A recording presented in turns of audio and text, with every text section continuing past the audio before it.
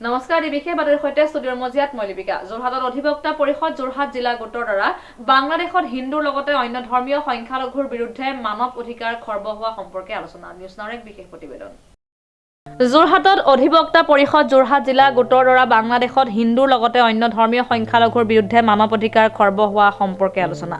যোৰহাট আইন মহাবিদ্যালয়ৰ প্ৰেক্ষাগৃহত অনুষ্ঠিত গাম্ভীৰ্যপূৰ্ণ আলোচনাত পেনেলিষ্ট হিচাপে অংশগ্ৰহণ কৰে গুৱাহাটী উচ্চ ন্যায়ালয়ৰ প্ৰাক্তন ন্যায়াধীশ অজিত বৰঠাকুৰ আৰু ডিব্ৰুগড় বিশ্ববিদ্যালয়ৰ আইন বিদ্যা বিভাগৰ সহকাৰী অধ্যাপক মণিশংকৰ দত্ত। বাংলাদেশত হিন্দুসকলৰ লগতে অন্য ধৰ্মীয় সংখ্যালঘুসকলে কিদৰে লাঞ্ছনাৰ সন্মুখীন হ'ব লগা হৈছে তথা কিদৰে মান অধিকাৰৰ পৰা বঞ্চিত হৈ আছে তাৰ ওপৰত আলোচনা কৰা হয়। বহিৰ ৰাষ্ট্ৰখনৰ সংখ্যালঘুসকলক আন্তঃৰাষ্ট্ৰীয় মানৱ অধিকাৰ আয়োগৰ দ্বাৰা কেনেকৈ ন্যায়িক সাহায্য আগবঢ়াব পাৰি আলোচনাৰ প্ৰধান বিষয়।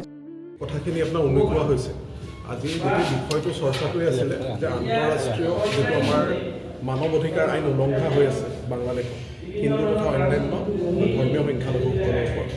তাত আমাৰ ন্যায়মূৰ্তি অজিত বৰঠাকুৰ ডাঙৰীয়াই অলপ আগতে কৈছে, আপোনালোকে শুনিছে যে কি ধৰণে আপোনাৰ ৰাষ্ট্ৰসংঘৰ যি আমাৰ মানৱ অধিকাৰ পৰিষদ আছে তাত কেনেকৈ office of the high commissioner of human rights কি ধৰণে কমপ্লেইন দিব পাৰে। গতিকে সেইটো এটা বিষয় আৰু সেই বিষয়টোত কিছু আপোনাৰ টেকনিকেলিটিজ আছে, গতিকে তাৰ ওপৰত এটা কথা ক'ব পাৰে। দ্বিতীয় হৈছে আপোনালোক গণতন্ত্ৰৰ চতুৰ্থ স্তম্ভ বুলি যিটো আমি সংবাদ মাধ্যম কওঁ।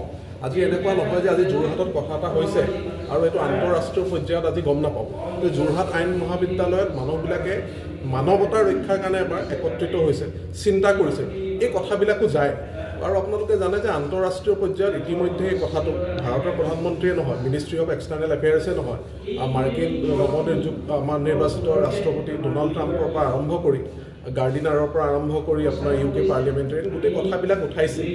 আৰু গতিকে এই কথাবিলাক প্ৰথম অৱস্থাত যে আমি গণতান্ত্ৰিকভাৱে আমি সহমত আৰু ইয়াৰ পিছৰ পৰ্যায়ত যিটো আপোনাৰ কৈছে যে জেনেভাত আন্তঃৰাষ্ট্ৰীয় পৰ্যায়ত কি কৰিব পাৰি সেইটো এটা চিন্তা চৰ্চাত থাকিব। যোৰহাটৰ পৰা সীমন্ত মাধৱ বৰুৱাৰ ৰিপৰ্ট, নিউজ নাও 24/7।